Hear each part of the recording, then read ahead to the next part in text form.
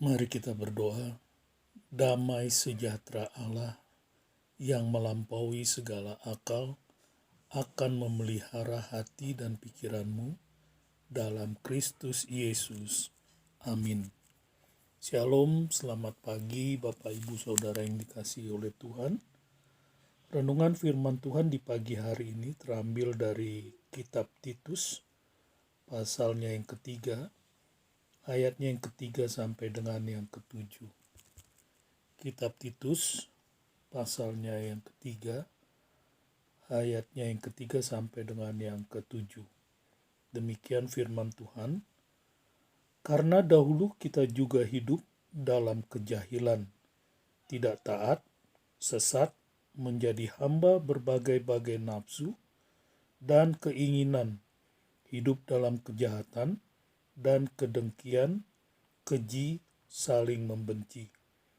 Tetapi ketika nyata kemurahan Allah, Juru Selamat kita, dan kasih-Nya kepada manusia, pada waktu itu Dia telah menyelamatkan kita, bukan karena perbuatan baik yang telah kita lakukan, tetapi karena rahmat-Nya oleh permandian kelahiran kembali dan oleh pembaharuan yang dikerjakan oleh Roh Kudus, yang sudah dilimpahkannya kepada kita oleh Yesus Kristus, Juru Selamat kita, supaya kita, sebagai orang yang dibenarkan oleh kasih karunia-Nya, berhak menerima hidup yang kekal sesuai dengan pengharapan kita.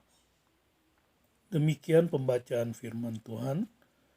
Bapak Ibu Saudara yang dikasihi oleh Tuhan, dalam suratnya kepada sahabatnya Titus, Paulus menekankan bahwa iman yang berdasarkan Injil Kristus haruslah diwujudkan melalui perbuatan baik. Perkataan ini benar, demikian Paulus menasihati Titus. Dan aku mau supaya engkau dengan yakin menguatkannya, agar mereka yang sudah percaya kepada Allah sungguh-sungguh berusaha melakukan pekerjaan yang baik. Itulah yang baik dan berguna bagi manusia.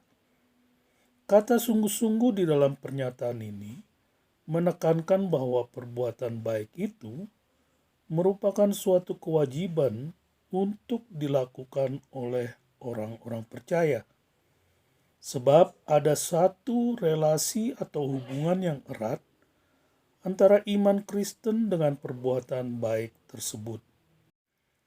Artinya, sebagai orang yang telah diselamatkan melalui kasih karunia Allah, hidup kita menjadi berubah. Paulus mengatakan, tetapi ketika nyata kemurahan Allah, Juru Selamat kita dan kasih-Nya kepada manusia, pada waktu itu Dia telah menyelamatkan kita, bukan karena perbuatan baik yang telah kita lakukan, tetapi karena rahmat-Nya oleh permandian kelahiran kembali dan oleh pembaharuan yang dikerjakan oleh Roh Kudus, yang sudah dilimpahkannya kepada kita oleh Yesus Kristus, Juru Selamat kita. Dan tujuan dari semuanya itu adalah supaya kita menerima hidup yang kekal.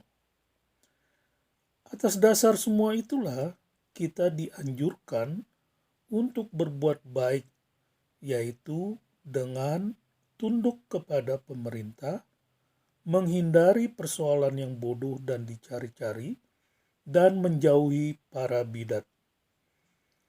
Bapak Ibu Saudara yang dikasihi oleh Tuhan, yang menjadi pertanyaannya adalah apakah kita mampu untuk melakukannya? Paulus mengatakan bahwa kasih karunia Allah akan menyertai kita dalam melakukan nasihat itu. Paulus berkata, "Salam dari semua orang yang bersama aku di sini." Demikian Paulus berkata, "Dan sampaikanlah salamku kepada mereka yang mengasihi kami di dalam iman. Kasih karunia menyertai kamu sekalian. Selamat beraktivitas, Tuhan memberkati." Bapa, terima kasih untuk firman-Mu di pagi hari ini. Kami bersyukur ya Tuhan bahwa iman yang hidup adalah diwujudkan melalui perbuatan-perbuatan yang baik, di mana melalui perbuatan-perbuatan kami ini nama Tuhan akan dipermuliakan. Berkatilah Bapak Ibu Saudara yang mendengarkan renungan firman-Mu di pagi hari ini. Di dalam aktivitas mereka di sepanjang hari ini, tangan Tuhanlah yang memberkati mereka. Terpujilah nama Tuhan, di dalam nama Tuhan Yesus kami berdoa. Saudara-saudara, arahkanlah hatimu dan terimalah berkat Tuhan. Tuhan memberkati engkau dan melindungi engkau. Tuhan menyinari engkau dengan wajah-Nya dan memberi engkau kasih karunia. Tuhan menghadapkan wajah-Nya kepadamu dan memberi engkau damai sejahtera. Amin. Shalom.